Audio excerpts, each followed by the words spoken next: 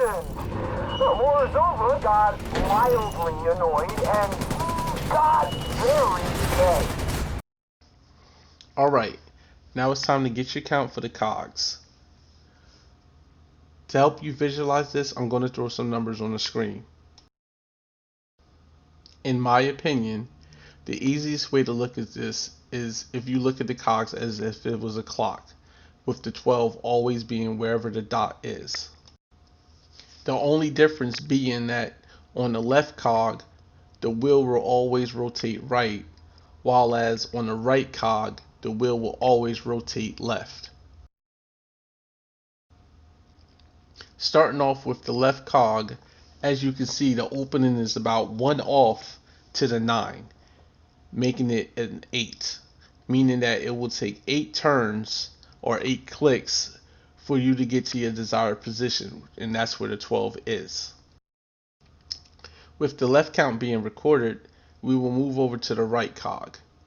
As you can see, the opening is 1 below the 6, making it a 7.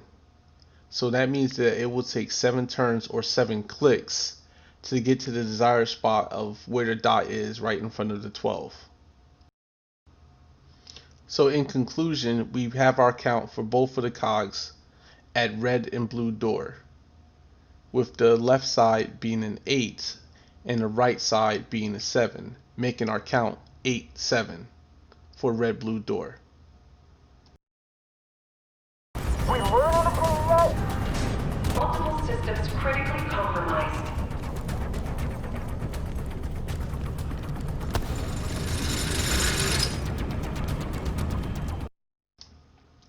Using the same process as before, we are going to determine our numbers for the yellow-blue door.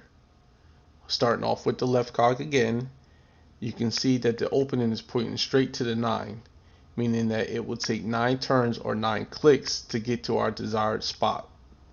While as on the right cog, the opening is pointing 1 off of the 9, meaning that it is an 8, so it will take 8 turns or 8 clicks to get to our desired place. So easily enough, we have determined our numbers. Left side is a 9, while as the right side is an 8, making yellow blue door 9, 8.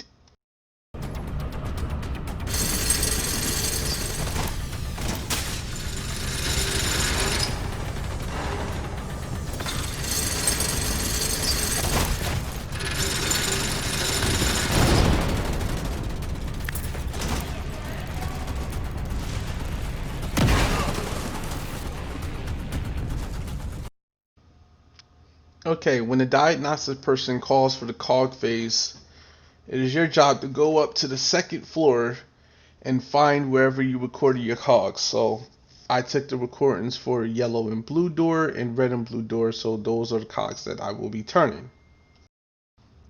Considering the fact that when I'm on the ground, I always start off with the left cog, when I move upstairs, I must always start on the right valve. The reason for this is the cog and the valves kind of like mirror each other. So when you're on the ground, the left cog kind of translates to the right valve when you're on the second floor. If I was to turn the left valve first, I will more than likely mess up my numbers and then have to try to figure out what the rotation is going to be all over again. Earlier we determined that our count for yellow blue door was 9, 8. So when the diagnostic person calls for cogs and I go to the second floor, I'm going to go to the right valve. I'm going to press square so I can begin rotating it for a total of 9 clicks.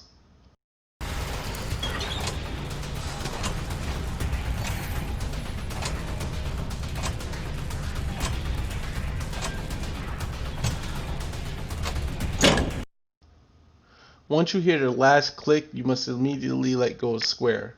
Otherwise, you're going to overturn your cog and you'll have to start all over.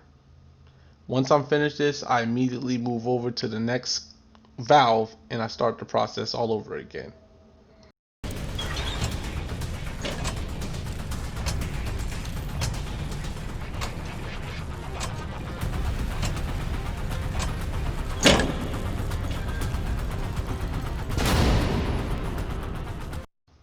Okay, so by this point you should be a pro. As we recorded earlier, our count for red blue door is 8-7. Me going to the top, I'm going to start off on the right valve and I'm going to turn that 8 times. Once I complete that, I'm going to move over to the left valve and I'm going to turn it 7 times.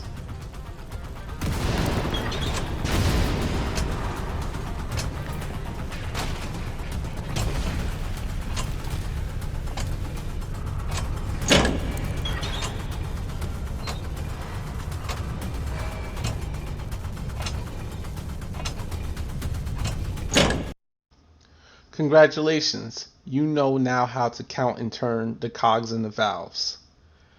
Take this information out and help support your teams. Remember, every time you turn a cog, once you're completing it, you will hear like a locking mechanism locking itself into place. That is how you know you've done it correctly. If you don't hear this, then you have done it wrong. Good luck out there, agents.